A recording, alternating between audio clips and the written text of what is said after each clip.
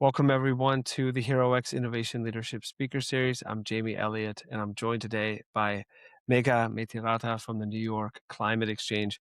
Megha, thank you so much for being here today. Hi, Jamie, and hi, everyone. It's a pleasure to be here. I'm calling in from New York City and excited to share more about the work that I've been doing and the focus that we have on accelerating climate solutions. Nice. Yeah, I'd like to know a little bit about you and your background and how you ended up at the Climate Exchange. Yeah, it's a long-winded story, so bear with me. But I was born and raised in India, spent like the first 18 years of my life there, and moved to the US for my undergrad, where I focused on studying policy, a bit of economics. Spent about 5 years in the US in the Bay Area, and then made my way back to India. And that's kind of where my journey and my relationship to focusing on climate solutions actually started. So I moved back in 2017 and started to work with the Ministry of Commerce in India to help facilitate foreign direct investment into the country. So I worked at this organization called Invest India, and through that, I was working with international investors across tech projects, energy projects, infrastructure projects, kind of develop infrastructure and the company incorporations for these various, sectoral companies. While I was there, I got the chance to interact with the principal scientific advisor of the country, so essentially the chief scientist of India. Dr. Vijay Raghavan at the time. And he had this mission of accelerating and commercializing climate tech and bringing out the scientific research from the research labs in India to market. So I got placed on this special project, and in some ways, my life changed from there because, from focusing on just economics and policy at like an impact level, I suddenly had like a focus and kind of filtered through my interests into climate and, helped build India's like commercialization program and was going across different states and cities, seeing the innovations taking place in rural areas, in small cities across India, and finding ways to solve for India's problems in the most organic as well as serendipitous way possible. I got really excited by entrepreneurship and innovation. So I decided to start my own business. And my next leg of life was a sustainable e-commerce platform called Anata.in. So we ran it for like 2 to 3 years. And during that time, just built a very strong relationship to farmers, very sustainable, eco-friendly vendors that were creating artisanal food products, and developed a delivery and cold chain platform and service for these individuals and companies. Due to COVID and the onset of, the lockdown and changes in how delivery was treated, we decided to move away from that project, and that became a really important, decision for me to decide what to do next. So I moved back to the US, came to New York City, which is where I'm at right now, and pursued my master's in sustainability management at Columbia University. So really got deep into climate finance and what it meant to invest in sustainable climate solutions for an equitable future and a more resilient future. And from there on, had a few projects here and there, but worked in a climate energy efficiency startup, worked in a climate finance advisory firm, helping banks to transition from their portfolios, worked with funds to help them scope out climate solutions. And now I'm at the New York Climate Exchange. In some ways, it encompasses the last 10 years of my career in a really magical way. So I'm really excited to be here. And I'll share more about the New York Climate Exchange, but specifically, my role here is focused on tech incubation and acceleration, which means advancing climate tech, taking it from early stage innovations across research universities, across, early startups, and helping them commercialize and make their way to growth. So really excited to be here and to be part of a movement that's taking place at the city level, at the state level, and really excited to be supporting entrepreneurs, innovators, startups at the ground level. So very happy to, be sharing more today as well about that.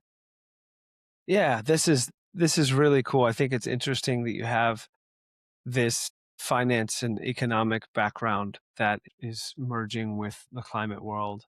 Yeah, can you tell us about the New York Climate Exchange? What makes it an exchange? What makes it a movement? What is it? So the New York Climate Exchange is a new nonprofit. It emerged, I'd say, a few years ago. It's very recent from a bid from the city of New York. So a few years ago, New York City wanted to create a center for excellence for climate solutions, and it put out a bid for different organizations and convenings to apply to that. So, a consortium of partners led by Stony Brook University and about 45 plus partners submitted a bid together, showing the strength of collaboration. We won the bid, and the New York Climate Exchange was formed as a new nonprofit. So, I've been around here for almost 2 years, and what we're focused on is taking climate solutions across multiple pillars and advancing them. So, at the very large goal, we are actually opening a campus on Governor's Island. That'll be a beautiful, swanky building that will be a convening for climate solutions. Something like a climate week could be held there. It would be a place for students to come and have a study abroad almost, where they can just talk about climate. And what we've noticed is in the work that we've been doing and scoping out the landscape, there is no single institution that brings together the lawyers, the economists, the scientists, the chemists, the biologists, all in one place, because existing infrastructure of institutions are currently doesn't really, I wouldn't say allow for it, but doesn't make it easy for, a microbiologist to hang out with an economist and talk about climate solutions. So what we're trying to do is being that exchange, allowing for corporates to work with nonprofits, to work with ecosystem players, research universities, all in one place. So that campus that I'm talking about is going to be built by 2030 on Governor's Island, which is a 7 to 8 minute ferry ride away from Wall Street. So it's a beautiful way to just escape the city. Still, you're in the middle of New York City Harbor and really just connect with yourself, connect with nature, and experience what it's like to give back to the planet as well as to actually create change. So leading up to this, while the campus is a, long-term or a mid-term vision, we've started to focus on programming that is very much immediate. And what that looks like and what that means is we have three pillars that we're focused on. One is climate finance, one is urban resilience, and one is climate data. So using these three pillars as like a structure for us to develop our programming, we have developed programs with our research universities, our partners, our community organization partners, and have started to accelerate on some of those. And specifically for me, I focus on climate tech and a bit of climate data. And what that means is within climate tech and urban resilience, I'm focusing on accelerating startups, innovations, and we've built a fellowship that helps early stage innovators commercialize their technologies. So I've helped build that from ground up. The climate data piece is to steward and bring together climate data, make it more opportune for a collective set of data sets that can be used also for climate innovation. And it's been really exciting to convene with stakeholders that are preserving large federal data sets and finding ways to make that more accessible to community justice climate justice organizations. I'd like to know about the startups that you're incubating or accelerating. Are there any that you can talk about or share? Yeah, definitely. So we're a new program and we had our first fellowship last year.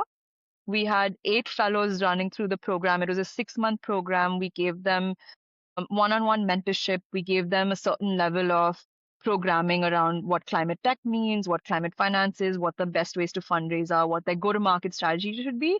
And of course, along with the stipend, we also gave them the opportunity to come down to New York City for Climate Week and really talk about their solutions and showcase their work. So we had 8 fellows across our partner universities from Georgia Tech, Duke University, NYU, Stony Brook University, and a few others.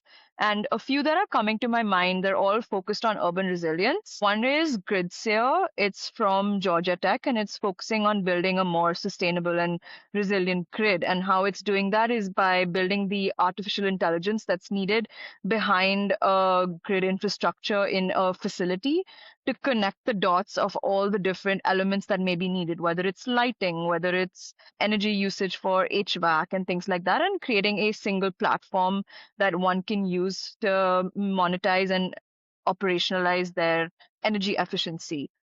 Another one that's really interesting to me is in urban resilience, like a coral restoration project. It's called Holome Arcs. This is from Duke University. Duke is known for its Oceans at Duke program. And what this individual has done, his name is Ty, he's built these modular structures. I'd say they're almost 3D printed, and he submerges them in the middle of the ocean to regenerate coral life and bring back with the structures, ocean life and marine life. And what I found really interesting about Ty's project is that it's global, so it's around the world in areas that need the restoration so that it can bring back the ecosystem. But he's working very closely with indigenous communities, with the communities that actually work or live within those areas, so that it can be more of a equity driven project and not just an individual coming into someone's ecosystem and dropping in these random structures. He's really made it a community enabled project. And at the exchange, we really look for founders that have that approach to innovation. That's really cool. I mean, coral is so important, right? And it's being depleted. Anything we can do to restore is so helpful, and it sounds like a very interesting thing to witness. And then what about the data sets? Can you talk about any of the data that you all are curating and making available, where it's coming from, how you're qualifying it, things like that? Yeah, definitely. What I like to say here is that this is in response to a lot of organizations around us that are currently in the process of preserving large data sets as well as combining them, because a lot of these data sets, whether it's NASA or NOAA, which are both observational data sets, have been hosted only at the federal level. But with a lot of the movements that are happening at the city and state level, there is an emerging need for multiple stakeholders to bring this data all together. So what the exchange we're doing is we're taking these large data sets, and we're currently in a phase of convening and understanding what's happening out there in this ecosystem, because we're not data scientists, we're still trying to understand what a data prioritization would mean. So what we're doing right now is we're hosting a series of working groups with scientists from research universities. Some of them are from our partner universities. We're bringing together EJ, environmental justice organizations, data preservation organizations. One or two that I can name here are PEDP and Data Foundation. They're really focused on some of the preservation activities. What we're trying to do is, as a convener, bring these together and try to see how we can understand what the stakeholder needs are. So we're working with private institutions as well, whether it's the Googles and Amazons or like organizations from the Reinsurance Association of America, to see, do they use hurricane data sets? Do they use sea level rise data sets? And what frequency do they use them at? What are the permutations and combinations of these data sets? How urgent are they for us to preserve together in one hosting platform? And also trying to understand accessibility. So whether it's community organizations, do they just look at maps? Do they download GIS data sets and then combine them and use them in their own platform? Or, we're also trying to understand how AI can be used better and how AI can help synthesize data in better formats. And now with Claude or ChatGPT or any of these platforms, it's so easy to synthesize data. At the same time, the underlying data and the quality of data is so important. So that's where the researchers plug in. That's where the community organizations plug in. And I think what we're realizing is it's definitely a exchange of sorts. All sorts of stakeholders need to be involved in this movement towards bringing data collectively and making it available to all citizens around the world for different use cases. The last thing I'll add here is that with the increase in climate catastrophes taking place around the world, prehistoric data is becoming more and more important. So whether it's with the private sector and home insurance, where they need to understand heat waves or flooding or forest fires, or whether it's to understand equity within community organizations in New York City where flooding takes place or hurricanes take place, it's really important to store that historical data and be able to find ways to use that in accessible means. And when I say accessible, I mean diagrams or like synthesized information or insights that can be used and not just large data sets with numbers or images that no one understands. And we're in early stages of this, but we've made real good progress of understanding the needs and connecting that ecosystem within ourselves, which is with the NASAs and NOAAs of the world, with the preservation activities, as well as with the scientists. You touched on something very interesting there because I see it on the challenge side of things as well at HeroX when we run challenge competitions. So, for example, Watts on the Moon was a challenge for creating solutions that can transmit electricity that's generated in the South Pole crater 3 kilometers out of the crater and then store it. So it's about power transmission and storage. But it's a multifaceted problem because you're doing this on the lunar surface. It's never been done before. They're generating electricity from ice in this crater, and there's no sunlight. So the teams that solved the challenge couldn't just be power transmission and storage experts, right? I assume there's a correlation between the complexity of a problem and it being hard to solve, like climate change, and the interdisciplinary nature of the teams that have to solve it, right? Like how, like you said, how you need to bring these people together because it gets so complex. I'm curious, given your perspective, what are some differences, some similarities about your time working with India on climate change and solving those problems, and now with the New York Climate Exchange and in the US and how they're approaching these things? Yeah, that's a great question. And I continuously think about that because just because I'm from India, I keep having this vision of supporting climate solutions in the global south. And across my time in the US as well, sometimes there is a special project that comes my way, and it's like scoping startups in India or like South Africa or Indonesia for different products and different solutions. So, a really good question. I'll start with New York City and then go back to India because I think New York City for me has been an amalgamation of cultures in its own way. And New York City is an urban jungle. So, in some ways, what I've been able to witness in terms of climate solutions out there is that New York City offers the hardest challenges. You know, there's such a massive population of people living in a dense area. There's heat challenges, there's flooding challenges.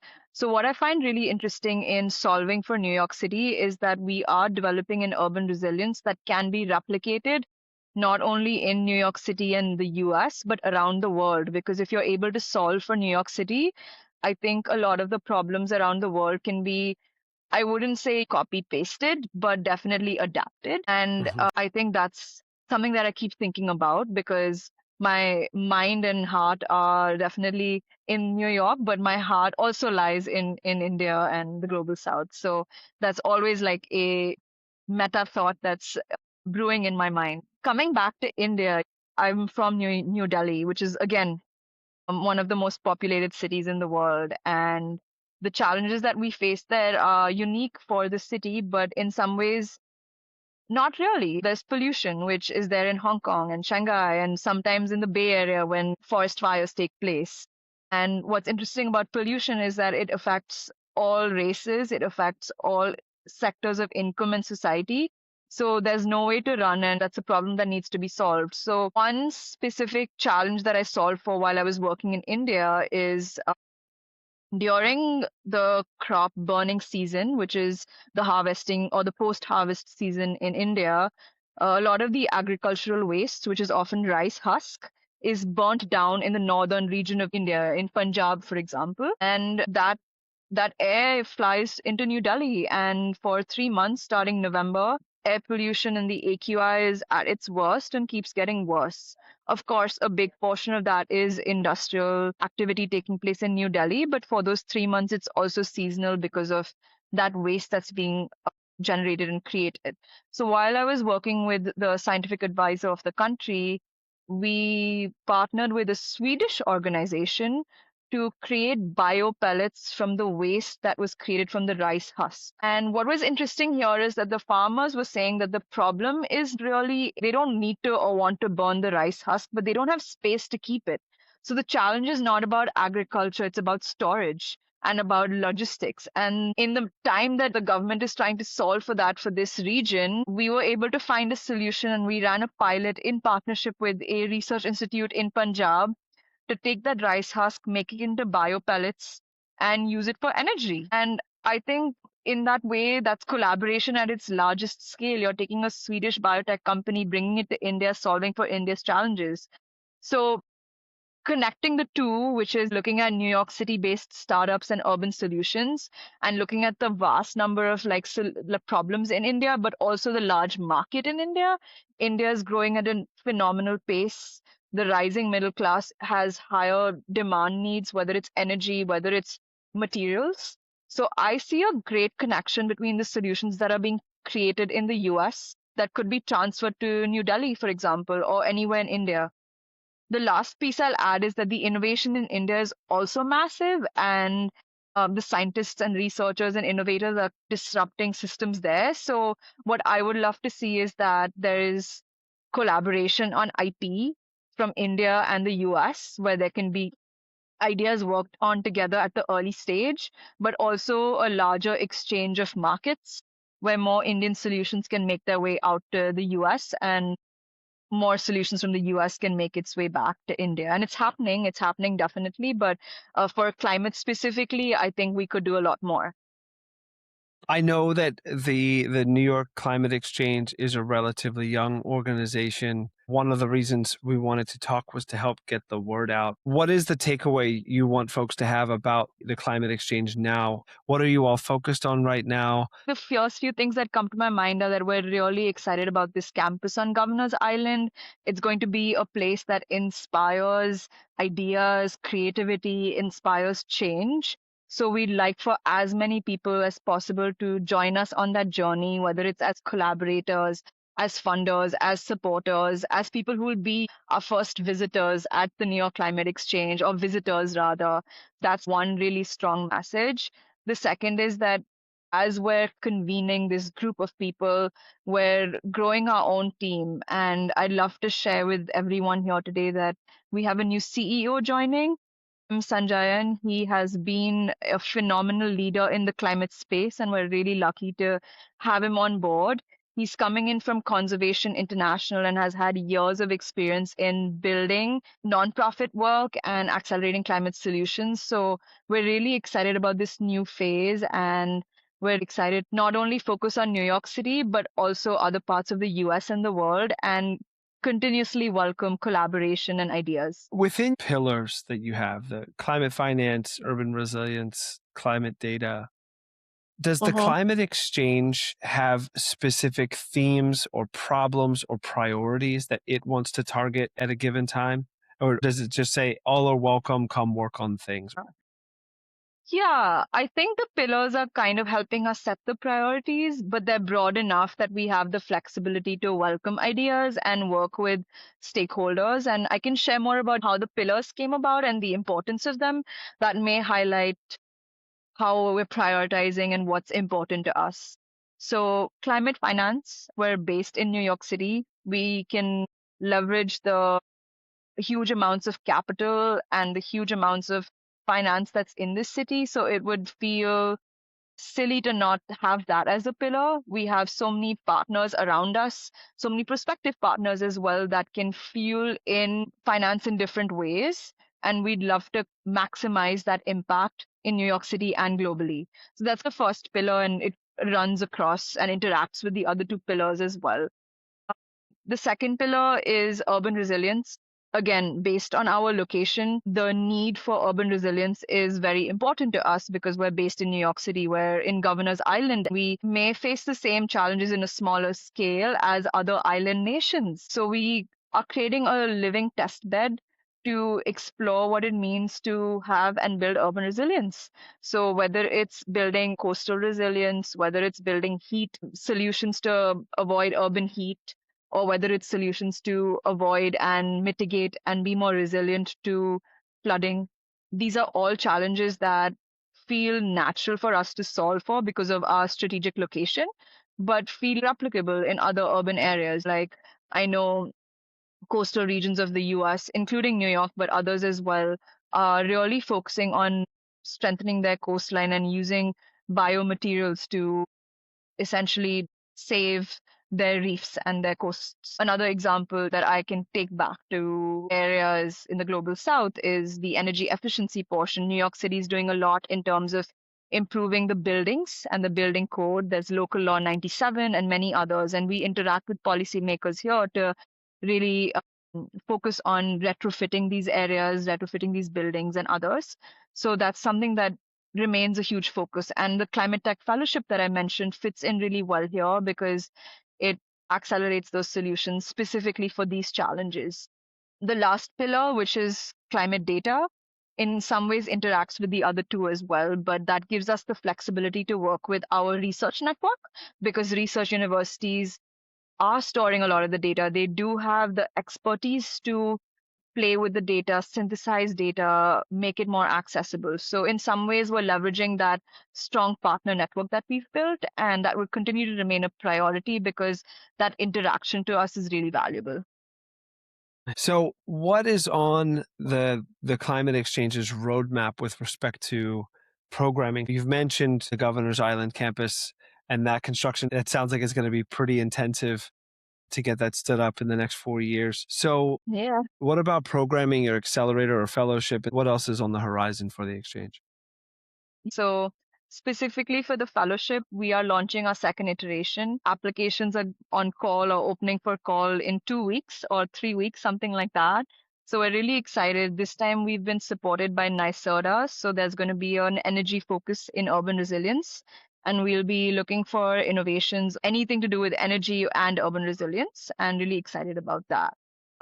What we're going to change, or I'd say upgrade in our fellowship, is we're focusing on a very specific go to market curriculum that is being supported by First Matter, which is a reputable organization that has developed these very detailed and robust programs. And we're working with more partners around that. So we have with us Stony Brook University's Alan Alda Center that is bringing together their communication skills because we think innovators need that skill set to translate their scientific knowledge into marketable communications.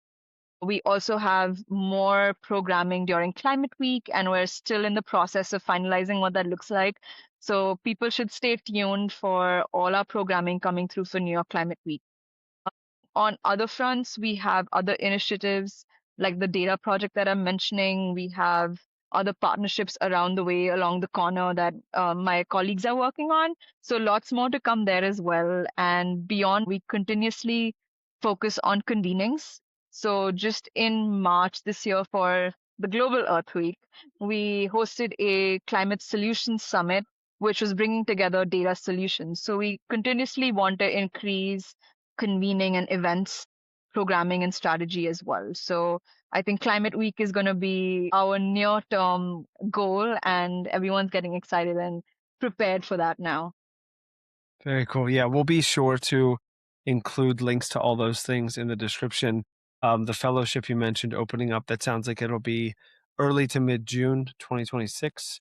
That's really, really great. Megha, thank you so much. I think this is really fantastic. I see a lot of alliances or adjacencies with what you do. We got to run a challenge with an Italian utility called A2A, and Italy was new to the concept of solar communities, where basically some facility with a larger intake of solar power could share the solar power that's coming in that's not used in the grid with residents or other businesses nearby. Oh, So a grocery store, for example, that isn't open on yeah. Sunday. But what's interesting was, so you want solar enthusiasts, you want energy enthusiasts, but what they were looking for was unique business models or innovative business models that allow you to maximize that usage without hitting the point of diminishing returns. It's just interesting, again, goes back to the interdisciplinary aspects. It's a very interesting time to be working on these things. There seems to be no shortage of expertise. We just need to find them and get them all together. And that's what you all are trying to do. I agree. And it's been so exciting to learn about HeroX as well and just see your commitment to bringing solutions. And I think there's so much alignment there. Thanks. We will definitely get the word out about this. Is there anything else you want to include? For now, I think priorities would definitely be the open call for the Climate Tech Fellowship. I think that'll be awesome. Obviously, our website, which has models for our campus, and our new CEO announcement is also something that's very exciting for us. So I think those would be like top three on my mind. Sounds good. Well, Megha, thank you so much. I really appreciate your time. I think you all are doing some really great work, and just keep going. It's Thanks so important. much for finding us, and so excited and so happy to share this story and appreciate you reaching out and conducting this session with me. Absolutely. All the best. Take care. Take care. Bye.